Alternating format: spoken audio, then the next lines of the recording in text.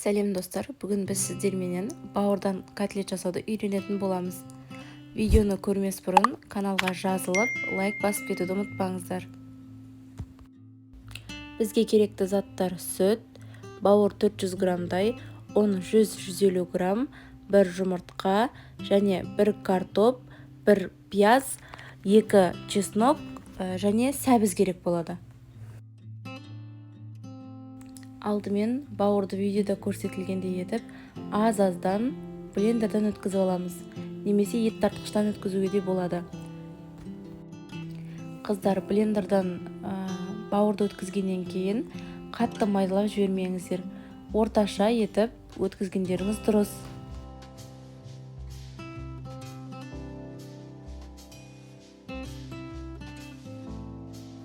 Видеода көрсетілгендей етіп, барлығын аз-аздан етіп жасаңыздар. Өйткені блендерға қатты күш түсірмеңіздер. Сәбізді де, пиязды да барлығын турап, орташа етіп салсаңыздар, блендерден тез өтеді және әдемі болып шығады. Котлеттің дәмді болып шығу үшін бізге ең маңыздысы ол сәбіз және чеснок. Сәбіз бен чеснок неғұрлым көптеу болса, соғұрлым әдемі болады.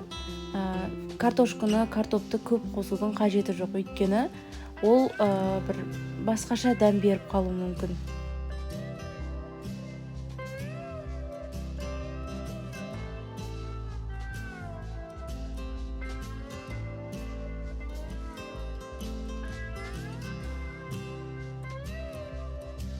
Дәл осылай барлығын өткізіп алғаннан кейін үстінен сүтті, майды, қара бұрыш, тұз, жұмыртқаны салып араластырамыз және үстінен ұнды өзінің нормасымен саламыз. Өйткені қатты қою болуға да, қатты сұйық қылып қоюға да болмайды.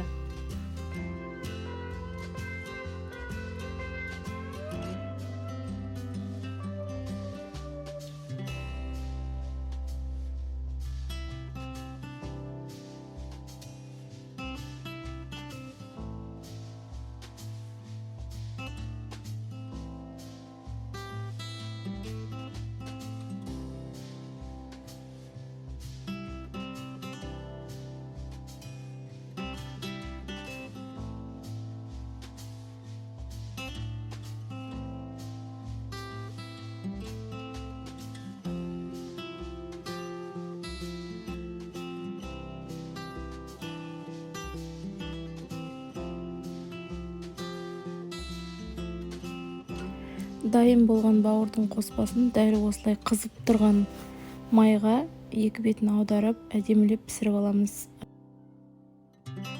Пісіріп жатқан кезде газ орташа болып тұру керек, өйткені қатты қызып тұрған майда котлеттің орталары піспей қалуы мүмкін.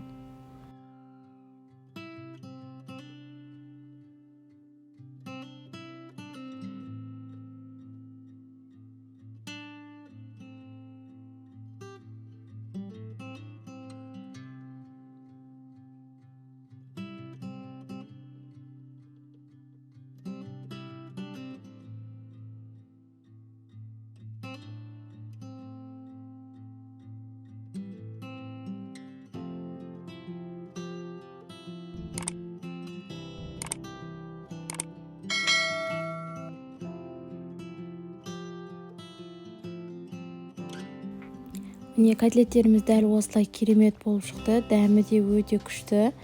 Міндетті түрде жасап көріңіздер. Егер де бұл видео ұнаған болса, каналға жазылып, пікір жазып, лайк қойып кетіңіздер.